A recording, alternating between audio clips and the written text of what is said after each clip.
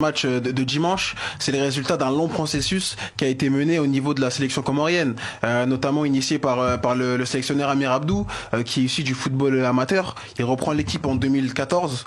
Et pour la petite histoire, à la base c'est Henri Stambouli, le père de Benjamin, qui doit reprendre l'équipe. Amir Abdou, il est approché pour être son adjoint. Finalement, Henri Stambouli fait faux bond, et donc du coup c'est Amir Abdou qui a la responsabilité de prendre cette équipe-là. Au début, il y a beaucoup de scepticisme parce que malgré le fait que ça soit pas à ce moment-là une grosse sélection, mais c'est quand même un coach qui est issu du monde amateur, qui n'a jamais coaché en pro, et donc forcément il y a beaucoup d'interrogations au niveau du peuple comorien, et même d'un point de vue général dans le comment dire, dans la vision du football africain de ce choix-là. Et force est de constater qu'il a fait un travail qui est absolument monumental. Quand il récupère la sélection comorienne, elle a la 200e place du classement FIFA. Aujourd'hui, elle est à la 130e place environ.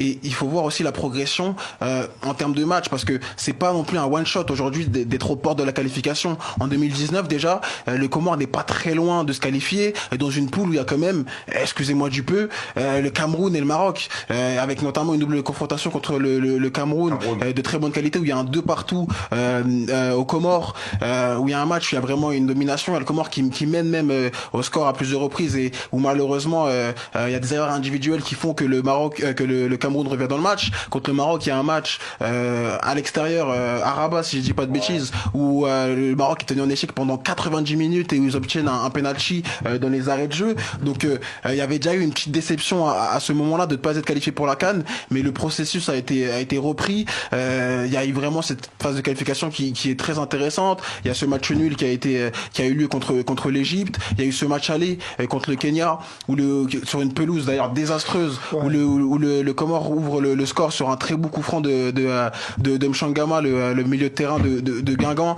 Derrière, il y a cette expulsion, donc ils sont à un 10 contre 11, et ils arrivent quand même à faire le dos rond, à concéder un but, mais à aller gagner ce point du match nul qui a été précieux, parce que le dimanche suivant, il y a le match retour au Comores, et on sait qu'à domicile, c'est une équipe qui perd très peu. J'ai plus la stat, mais il y a très très peu de matchs perdus à domicile. Il y a une série en cours qui est très intéressante, et on l'a vu, c'est-à-dire qu'ils ont réussi une très grosse performance avec l'amputation d'énormément de joueurs cadres. C'est-à-dire qu'il n'y avait pas le milieu de terrain titulaire Bachirou, il manquait Souleymani qui est vraiment l'ailier attitré, le joueur qui amène cette percussion dans l'équipe, et donc ça faisait quand même pas mal d'absents, et les joueurs qui ont pris la relève ont vraiment fourni une prestation très intéressante, à l'image de Rafidine Abdullah, pour ceux qui le connaissent, passé par l'Olympique de Marseille. Pour te compléter, le Comore n'a plus perdu à domicile depuis le 27 juillet 2019 et n'a plus perdu toute compétition confondue depuis le match contre le Togo le 10 septembre 2019. Plus d'un an et demi.